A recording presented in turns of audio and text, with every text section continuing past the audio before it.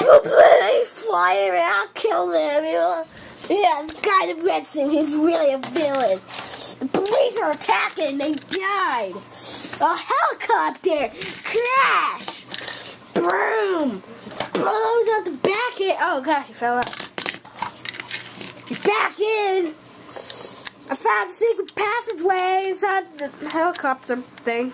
Flying around, breaks into Lori, breaks into Tony Stark's house, breaks everything up.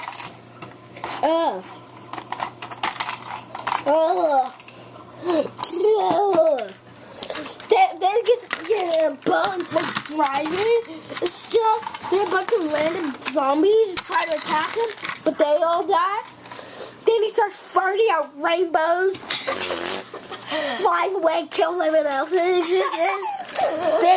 he dies of hunger, and yeah, world's over.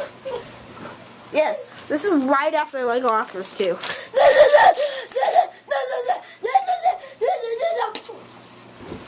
The end. I made this, and I also made Lego Oscars. Don't record me. I'm Jimmy Casket. Sign it off.